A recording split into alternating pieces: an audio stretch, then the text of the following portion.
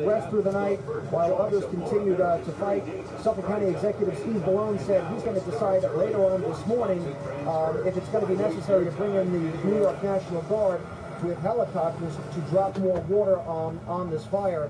But as we've been seeing throughout the morning now, volunteers coming in with a renewed sense of vigor here to go ahead and continue this fighting this fire.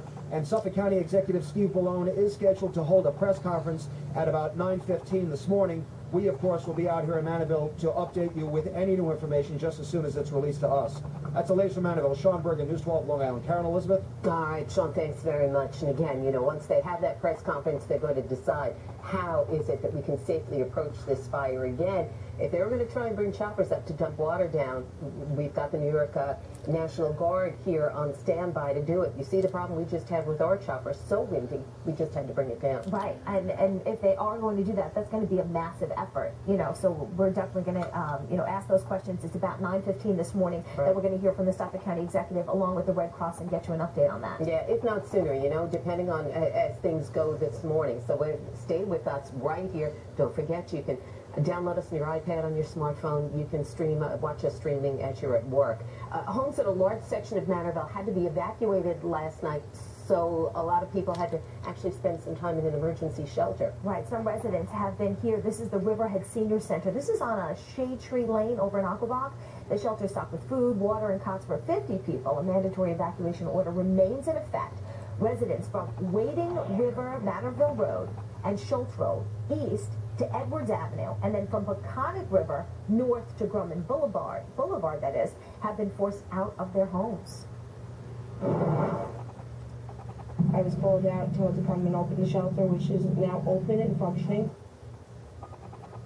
Many firefighters also staying overnight at firehouses, sleeping in their trucks. Again, these are volunteers on standby, ready to come back, ready to be there this morning. We saw some of the trucks coming in. You see the size, the height of those flames. And they were talking about just the intensity of that heat. You know, they spray the water on, and then that boiling water comes right back out. Absolutely. And the other thing to consider is that they have, you know, their own jobs. So they're calling into work this morning and saying, hey, I can't come in because I'm going to go out there and do this. So, you know, just a great job by them. And Thank you. Many of our viewers, luckily, are also giving us a look at what they're seeing on the ground. All right, take a look at this picture. This one is from Amanda.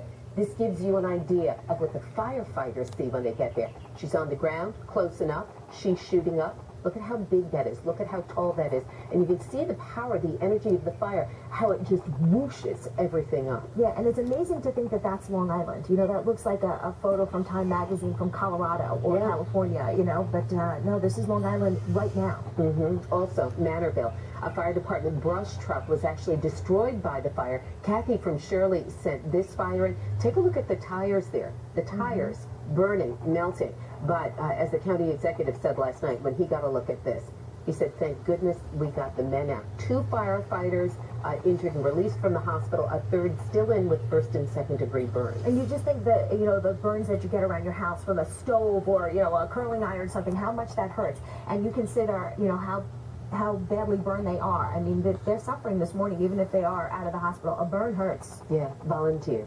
All right, and this, you know, Long Island still is horse country, and more than 150 horses were actually in the area that had to be evacuated, and the horse people are saying it was amazing because they got phone calls from other horse lovers around Long Island and horse people who had the trailers who went out and evacuated the horses, got them out of harm's way as well. And I'm wondering about the other animals, you know, the deer and the wildlife that, you know, that are living in there, that I'm wondering where they are this morning. All right, so one of our Turtles and birds, you know, that they can't really escape. The baby birds. But they, Right, the baby birds can't get out yet, but yeah, you're right, no slow ones, I mean the turtles, but the other ones, they're used to it, which, you know, if you've ever seen deer, I mean, again, I live on the North Shore of Nassau now. We have had deer in the past few years walking in our streets, something we never had on the North Shore of Nassau, or haven't had, you know, really in decades.